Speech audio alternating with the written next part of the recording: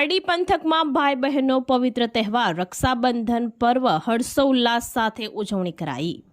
રક્ષાબંધનનો ભાઈ બહેનનો આજરોજ પવિત્ર તહેવારના દિવસે પારડી નગર અને ગ્રામીણ વિસ્તારોમાં રક્ષાબંધનનો તહેવાર ભાઈ ભાભીને બહેનોએ રાખડી બાંધી મોગડિયું કરાવી ધામધૂમથી ઉત્સવ મનાવતા જોવા મળ્યા હતા।